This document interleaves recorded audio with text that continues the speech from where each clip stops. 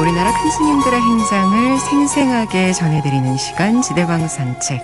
선언일기를 쓰셨고 서울 상도동 보문사 주지로 계시는 지범 스님 모셨습니다. 스님 안녕하세요. 명절 잘 세셨습니까? 네, 스님. 지난 시간 잠시 말씀드리면 단 한 벌의 옷으로 청빈하게 생활하셨던 치봉 노스님에 대해서 이제 법정 스님께서 쓰신 글이나 이런 것으로 말씀을 주셨는데 또 맑은 수행자라고 언급하셨던 분이 계시잖아요. 그렇죠. 부도전에 계셨던 성공 노스님. 언젠가 이제 법정 스님이 오후에 포행을 하는데 노스님이 80이 다 되신 분이 지게에다 나무를 탁 한 짐 지고 가는 모습을 본 거예요. 네. 그러면서 그 소회를 말씀드렸는데 이 노스님은 이 땅에 오신 지 80년이 됐지만은 서울을 한 번도 안 왔어요. 서울을. 그래서 그 상자들이 서울은 못 모셨지만 제주도를 한번 모셨다고 그래요. 그렇게 좋아하시다고. 그래요. 이분은 이제 그 비전의 연불당이라고 여기에 이제 계셨는데 강사까지, 송광사 강사까지 지냈는데도 어린 삼이라든가 후학들에게도 꼭 존댓말을 쓰고 학식이 그렇게 풍족했는데도 항상 겸허하고, 겸손하고 하심을 하시는 그런 분들이 송광사 산내에 있어서 법정스님이 좋았다고. 그 당시에 이제 그 법정스님이 그 부지함에 계실 때 네. 노스님들이 많이 계셨어요. 저도 이제 아는 스님인데 그때 송광사에는 임경당에는 치봉 노스님, 학산 노스님 저도 같이 백년사를 모시고 살았습니다. 그 다음에 도성당에는 이남 노스님, 계룡 노스님이 계셨고 네. 비전 부도함에는 성공 스님과 문곡 스님이 계셨어요. 그러니까 그 당시 이제 법정스님 책이 나왔을 때가 90년도인데 지금 세월이 30년 흘렀잖아요. 근데 그때 당시 젊었던 스님들이 현봉 스님은 지금 송광사 방장을 하고 현묵 스님은 선덕을 하고 영선 스님은 윤화를 하고 또 범종 스님은 수자를 하고 이분들이 이제 그 노스님이 돼버린 거야. 네, 시간의 흐름이라는 것이. 네.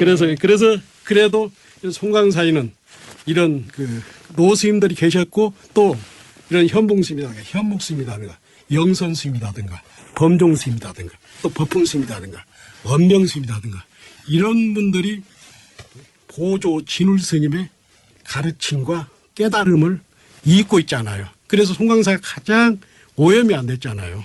그래서 이제 법정 스님은 이런 말씀을 하셨어요.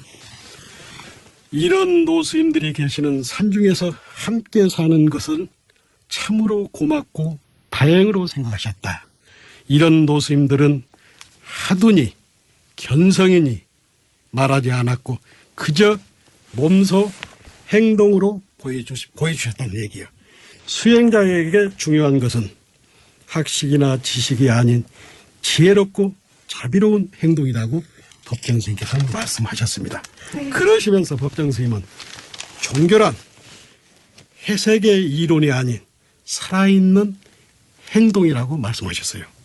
투철한 안목과 번뜩이는 기량으로서 어리석음을 깨우쳐주는 명한 종사의 기능도 물론 필요하지만 앞에서 말한 이름 없는 노스님들처럼 정직하고 겸허하고 하심하는 이런 노스님들의 덕화가 보다 더 소중하다고 말씀하셨어요. 그러니까 법상에 올라가서 상담 법문을 하고 나 깨달음이 뭐고 하두가 뭐고 하는 스님보단도 뒤에서 치봉 노스님처럼 계룡 스님처럼 묵묵히 지게질하고 계율 잘 지키고 고향 안 빠지고 하심하고 겸손한 스님들이 어떤 면에서는 더 가슴에 와닿는다고 법정스님 말씀하셨어요. 그 시절에 살았던 법정스님은 송광사에 살았던 것들이 굉장히 아름다운 추억으로 가슴에 묻혀 있다고 네. 말씀을 책에서 하셨습니다. 정말 많은 분들께서 이처럼 드러내지 않고 꿋꿋하게 자신의 길, 수행의 길을 가신 것이고 또 그중에 법정 스님께서 몇 분을 이렇게 책에서 네, 이렇게 서술을 하셨는데 송광사 어른들을 네. 이렇게 꿋꿋하게 내 갈 길을 가는 것이 참 쉽지 않은데 말입니다. 그러면요. 그게 노스님들이 예불을 하고 예불 공양 참석하고 80, 90이 돼도 그렇게 하는 것들이 몸으로 보여주잖아요. 뭐 하두가 뭐니 생사해탈이 뭐니 도가 어쩌니 하는 것보다는 그렇게 말없이 행으로 보여주는 것들이 후학들에게 더 감동이 있다고 네. 법정스님께서 말씀하셨죠. 네네. 그 쉬운 길은 없고 법정 스님께서 이와 관련해서 좀 어떤 말씀들을 남기셨을까요? 법정 스님의 이제 말이 이어집니다. 물의 흐름이 때론 급한 여울과 폭포도 만들지만 그 종점인 바다에 이르면 자연스럽 흐름을 이룬다고 했다. 어려운 때일수록 급히 서두르지 말라 했다. 네. 지난 세월 그 많은 시행착오가 급히 서두른 결과다고 말씀하셨어요. 그래서 오늘의 어려움도 저마다 처음 당하는 일 같지만 일찍이 누군가가 갔던 길이라 했어요. 우리들의 어려움도 지금 어렵잖아요. 어려움도 처음 당하는 것 같지만은 이것도 누군가가 먼저 갔다는 길. 그렇습니다. 네. 그러면서 베드로 시안에 그런 길은 없다. 그런 길은 없다를 시를 소개했어요. 아무리 어둡고 험난한 길이라도 누구도 지나갔을 것이다. 아무도 걸어본 적 없는 길은 없다. 비슷한 길을 걷는 이에게 도움과 위로를 줄 수 있기를. 스님께서 이 뽑아주신 이 구절이 지금 우리는 생전 처음 맞는 시기라는 코로나19와 관련한 이 유행병 상황에서도 사실 예전에도 역사적으로 보면 역사적으로 독감도 있었고요. 그런 상황이 네. 있었을 겁니다. 네. 그래서 베드로 시안에 이런 그런 길은 없다. 이런 시를 네. 이렇게 법정께 소개를 했어요. 예, 그래서 또 지범 스님께서 이렇게 특별히 골라주셨네요. 특히나 그 마지막 구절 비슷한 길을 걷는 이에게 도움과 위로를 줄 수 있는 그런 우리 불자님들, 청취자님들이 되셔야 하지 않을까라는 생각도 해봅니다. 근데 스님께서 이렇게 법정 스님께서 쓰신 글을 보면 항상 이 검소한 여백의 미랄까요? 네, 그렇죠. 네, 그런 것이 느껴집니다. 검소한 여백의 미에 우리가 텅 빈 충만이라는 법정 스님만이 썼던 언어 아닙니까? 네네. 텅 빈 충만. 네. 그래서 법정 스님께서는 여백의 미를 이렇게 표현을 했어요. 바람직한 인간 관계는 그리움과 아쉬움이 받쳐줘야 한다. 네. 덜 채워진 여백으로 인해 보다 살뜰해질 수 있고 그 관계는 생동감이 감돌아 오랜 세월을 두고 지속될 수가 있다. 이게 무슨 말이냐면 친구들도 늘 전화 들고 늘 만나고 이러다 보면은 생동감이 안 나잖아요. 좀 지치기도 하죠. 지치기도 하고 귀찮기도 하고 그래서 여백과 시간과 공간이 조금은 떨어져 있어야 만나더라도 항상 생동감이 나잖아요. 더 반갑고. 네. 부모 자식 간에도 그렇고 도반관계도 그래요. 저희들도 도반들 이렇게 만나면 해제하고 반갑지만 네네. 같이 산다면 그 반갑지 않잖아요. 그래서 해제하고 몇 년 만에 결사했던 도반이 오면은 정말 생동감이 나고 가슴이 뭉클하잖아요. 그렇지만 늘 치대고 있으면 안 된다는 얘기예요. 그러시면서 등잔에 기름을 가득 채우면 심지를 줄여도 자꾸만 불꽃이 올라옵니다. 등잔에 그 기름을 가득 채우면 심지를 이렇게 줄여도 불꽃이 올라온단 말이에요. 네네. 펄럭거려요. 네네. 그래서 가득 찬 것은 덜 찬 것보다 못하다는 교훈을 눈앞에서 보고 있다고 이렇게 표현을 법정스님이 했어요. 네. 얼마나 멋진 말입니까? 네, 그러니까 늘 보는 그 등잔의 심지를 이런 식으로 또 저희에게 가르쳐 그러니까, 주시는 말씀으로. 그러니까 등잔에다 기름을 확 채우면은 심지가 펄럭거려요. 그렇지만 등잔 안에 기름을 적당히 채워야 불꽃이 흔들리지 않고 편안하게 다가오잖아요. 네. 그것을 글로 법정 스님께서 이렇게 멋지게 표현을 했어요.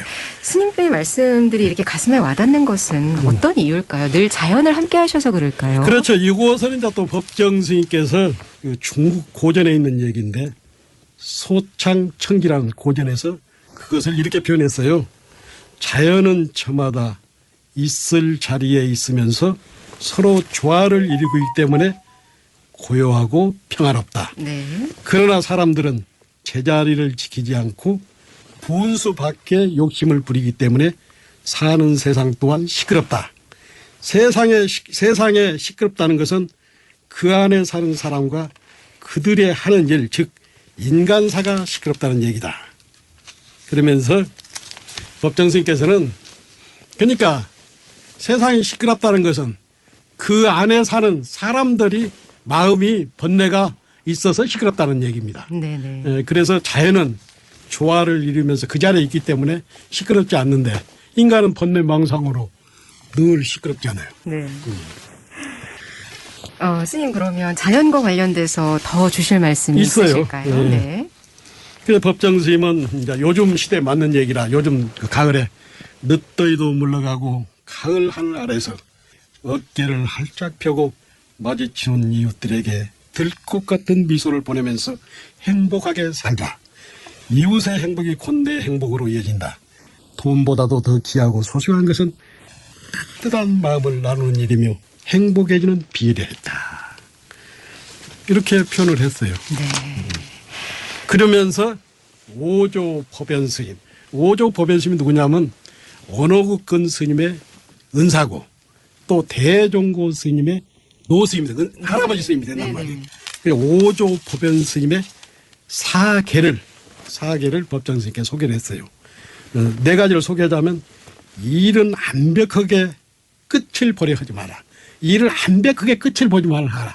두 번째, 세력은 끝까지 의지 말고 말은 끝까지 다 하지 말고 복은 끝까지 다 누리지 말라 했다. 그런 게 절제 속에서 행복이 깃들어 있음을 네. 깨우쳐 주시는 고귀한 말씀입니다. 네. 이 오조 법연스님의 사계, 요건 이제 승가에서도 많이 전해오는 얘기입니다. 네.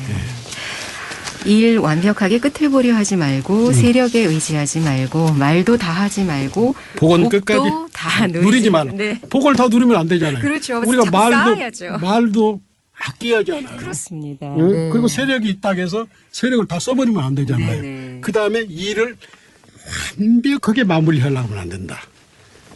못하는 일은 그냥 놔두고 또 새로운 일을 하고 이렇게 했을 때 절제 속에 행복이 깃들어 있음을 깨우쳐주는 오조 법연 스님의 사계를 법정 스님께서 책에서 네. 이렇게 말씀을 하셨습니다. 네, 오늘은 여기까지 전해드리면서 지대방 산책 인사드려야 할 것 같습니다. 오늘 지대방 산책 선언일기를 지으셨고 서울 상도동 보문사 주지로 계시는 지범 스님께서 채워주셨습니다. 스님 감사합니다. 수고했습니다.